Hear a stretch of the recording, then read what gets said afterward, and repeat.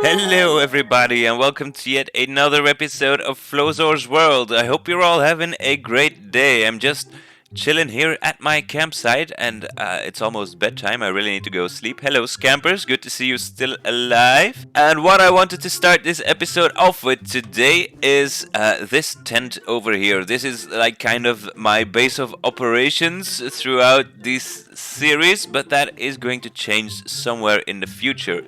But you may notice something different about this. I had my enchanting setup over here. I decided to remove it and move it to somewhere else. Now, I haven't done that yet. As you can see, I've got all the books still with me, and I didn't have a silk touch axe, so it destroyed all the bookshelves. But anyways, I'm going to make a table over here. This is like the main explorer stand of this campsite, and on that table I will have a very big map of this entire island, and that will actually be the first time that I map this entire place.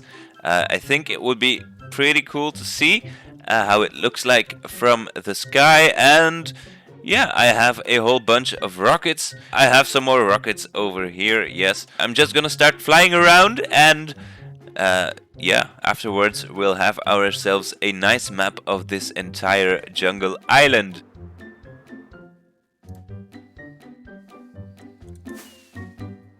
And I did make this a level 2 map because otherwise, yeah, the map would have been too big, unfortunately, to properly fit into the tent. So I'm done collecting all my maps, and I've created a nice little table down here in my base tent. And now it's just a matter of getting all of these maps in place. That is the one with the ship, so it should be over here. This one is the top middle one, I think. This one is bottom left, like that. And then the last one is basically the most interesting one, is this one over here. Beautiful. And we have a complete map of this jungle island now, and this gives a nice oversight on this entire area that I've been working with. Over here is the campsite, and we've got the pathway leading to the nether portal over here. We've got the tower. The creeper farm is over here. You can actually see the little creeper face in the center, and over here this thing is the Hall of Subscribers. And then we've got the ship, the Rum Runner, over here, of course. And this is looking very nice. I'm super happy that I have this in this world because, yeah, I think it's always a nice feature if the world I'm playing in is somewhere nicely displayed in the form of a map. And I am going to do an even larger, even more detailed map in the future, but yeah, that's not for now. But anyways, moving on to different things right now, and that is, let us take a walk to my sheep farm. So over here we arrive at my sheep farm, and you can see this place is really great. It's looking awesome, and it's providing me with a bunch of wool. No, I'm just kidding. This thing could definitely use an upgrade, and that's exactly what I'm going to do today. Over here we have a nice patch of jungle, which I'm going to clear out a little bit, and then I'm going to install my sheep infrastructure to provide me with all colors of wool, and that in a completely automated fashion. So I'm gonna start clearing out this jungle, and I'll return to you once we're ready to start building. Alright, so look at this. We've got a nice little area to work with. I've got the sheep all over here. I don't know actually if I have enough sheep. I think I'll need 16 because there are 16 colors in Minecraft, and that will be a whole different story to gather all of the colors because I still don't have all of those.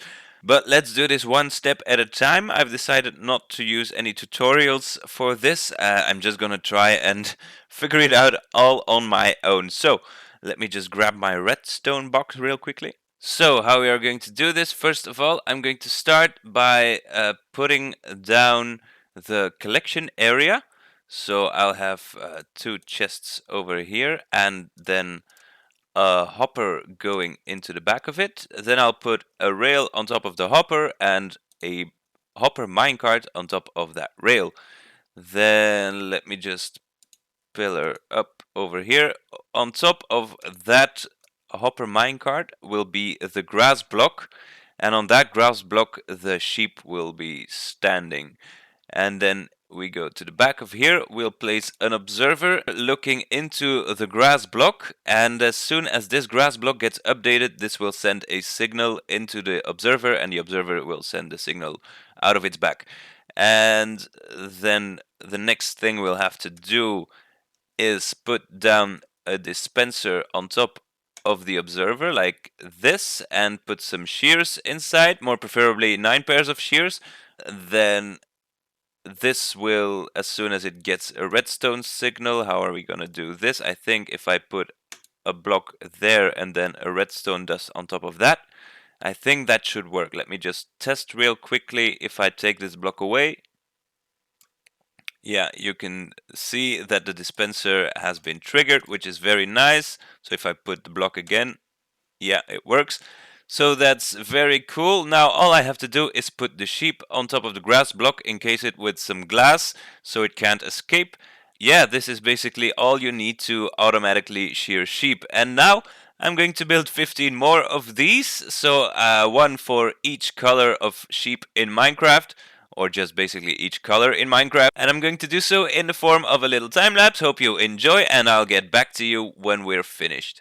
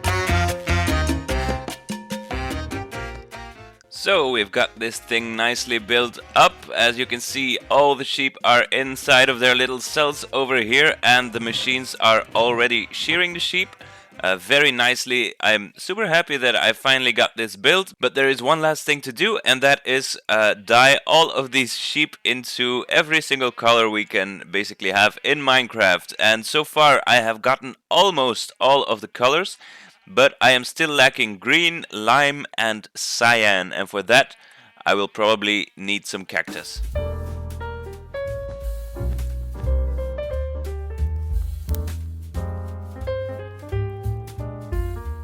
Alright, so all of the sheep have grown their wool back, so now it's time to start giving these babies a nice color.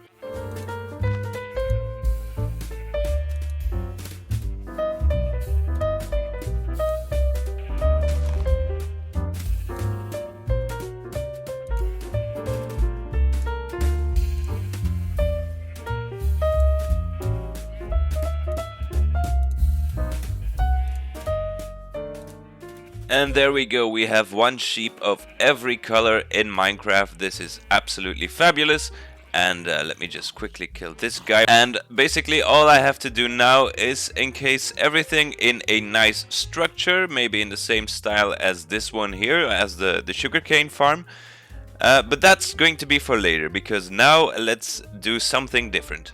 And that will be my enchanting setup, because I tore it all down to place down this map, with which I'm still very happy.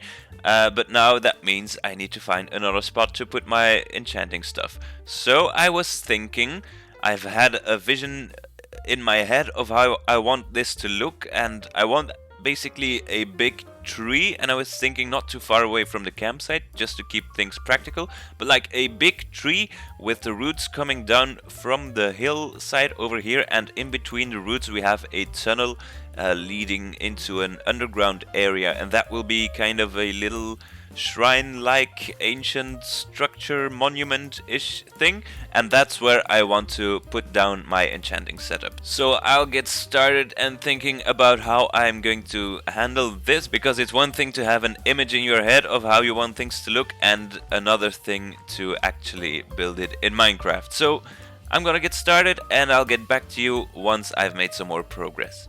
So this is what we have so far. I have a big old tree standing here. Of course, I still need to put trees on it. I'm going to do that a little bit later. And over here we have the roots of the tree coming down and creating a little bit of an opening over here, which looks very nice. I think I'm gonna use some different materials than stone and dirt in the end, don't worry. And over here we come down in what will soon become our new enchanting room. And yeah, this is where all the magic will happen. So let me just find the center of this room. I think this is the center. Maybe I can put it one back. Here would be okay. And then here we will put down all of the bookshelves. And I'll get to decorating this room some more off camera, and then I will bring you back one last time to give you the grand tour of this place in all of its glory. So, I'll get to work, and I will catch you later. So, there we have it. This tree is now completely finished. I've added a bunch of leaves, and yeah, this is the entrance. Also think it's looking very nice. And then we head down here, and here we have the enchanting room. And I didn't had a lot of space to work with, so I just decided I'm gonna use the roots of the tree to form kind of like the walls of this cave, and make it look as if the roots are also hanging down from the ceiling. And this place may have once been perhaps a place of worship or study, but now it's been a bit weathered and nature is starting to take back over. But the explorers that have arrived here on the island, of course, they've discovered this place, they've lit it up a bit with these lanterns, and the cool thing about this is it leads actually also straight to my villager breeder. So I've also connected this up to the underground network I've got going on here, which is also very cool. And then, yeah, I must say, looking at the tree again now when the sun is starting to go down with the lanterns, yeah, I think this looks very nice. And this has been a very fruitful episode once again. I've made a lot of progress. I've built the map wall, or the map table, in my explorer's tent. I have created the sheep farm, the sheepificator if you will, and I have also created a nice new spot to put down my enchanting table. But anyways, there is one last thing to do this episode before we conclude, and that is the book of subscribers. We are currently at episode 18, and as I'm recording this, our current number of subscribers has gone up with 1 to 13. So that's very nice. Thank you to whoever subscribed. I hope you enjoyed watching this episode. If you did, why don't you leave a like or consider subscribing to my channel? It would be very, very much appreciated. My name is Flosor, and I will see you next episode in Flosors World. Goodbye.